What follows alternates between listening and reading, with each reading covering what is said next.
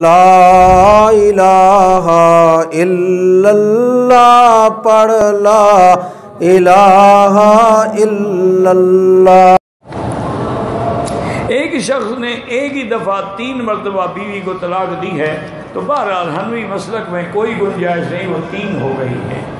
تو بلکہ ائمہ 4 کے نزدیک، 4 اماموں کے نزدیک کوئی گنجائش نہیں، 3 طلاق 3 ہے۔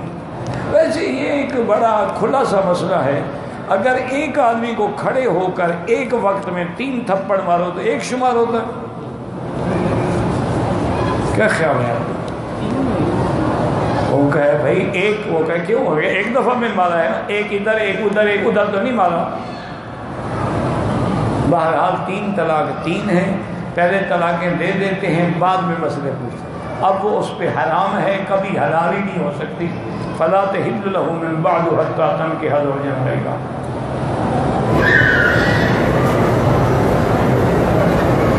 سب بیٹیوں، اللہ تعالیٰ جن مسلمانوں کے گھروں میں بیٹیاں ہیں انہیں اچھے رشتے عطا فرما۔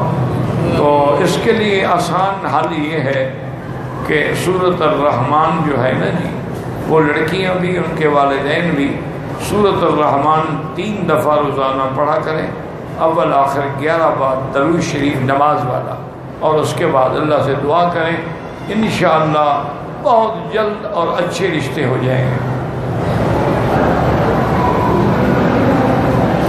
اگر اسلام میں عورت کاروبار کرے بالکل جائز ہے، بی بی خدیجہ تجارت نہیں کرتی تھی، بہت بڑا کاروبار تھا پورے مکے میں، شام میں، جائز۔ عورت اگر نوکری کرے وہ بھی جائز ہے، لیکن شرط یہ ہے کہ نوکری وہاں کرے جہاں عورتیں ہوں، مرد نہ ہوں۔ یعنی لڑکیوں کے سکول میں، لڑکیوں کے کالج میں سٹاف عورتوں کا ہو،